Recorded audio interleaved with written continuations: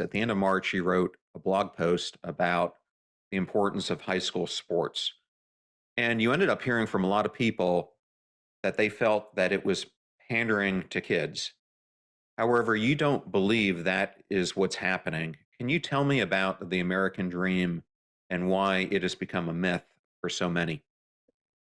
Oh, well, we could talk about this all day. I'm not sure I would use the word pandering for kids. I definitely heard from people who said that give every kid a trophy is what is ruining our culture. And there is a mindset among some people, particularly people who really like organized school sports, that we need to teach kids early and often about winning, about scarcity, about the brutality of you're going to get cut, about auditions. Because if we don't teach them that, then when will they learn? But those are all artifacts of the industrial age. The boss who needs to create a hierarchy, the idea that the school has a trophy shortage and what we ought to do is go out and beat the other team. Because if we don't beat the other team, we're losers. But if we do beat the other team, we're winners. Well, that's just factually incorrect for a whole bunch of reasons. One of which is just because you've got some kids in your grade that are older than the kids in the other school's grade doesn't mean you're winners. It just means you're competing against people who are younger than you. That doesn't teach us anything. If you're on a team and you're playing third line defense on the hockey team and you win the state championships, that doesn't mean you did anything. It just means you're on a team that won a lot of prizes.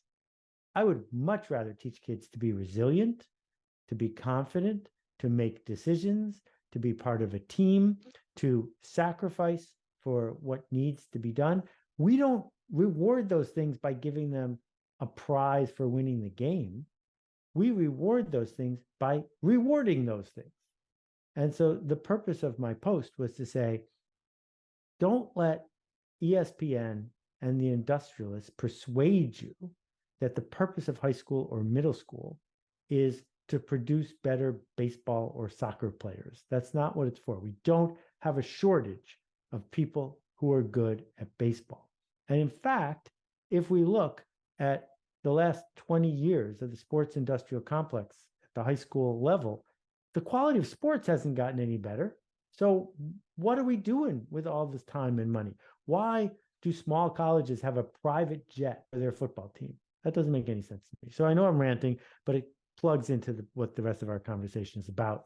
And I think if people thought deeply about what school is for and what sports in school are for, we could have a really useful conversation about Yes, well, you and I could go on and on about what we it. should be teaching in school because I just had my youngest graduate from high school, and I think they are missing so much on the most important life skills that we need to be teaching kids, which in some cases nothing to do with the core elements that we're teaching them. It's really life skills of how you create human connection, how you create and solve novel problems, and give yourself towards serving the world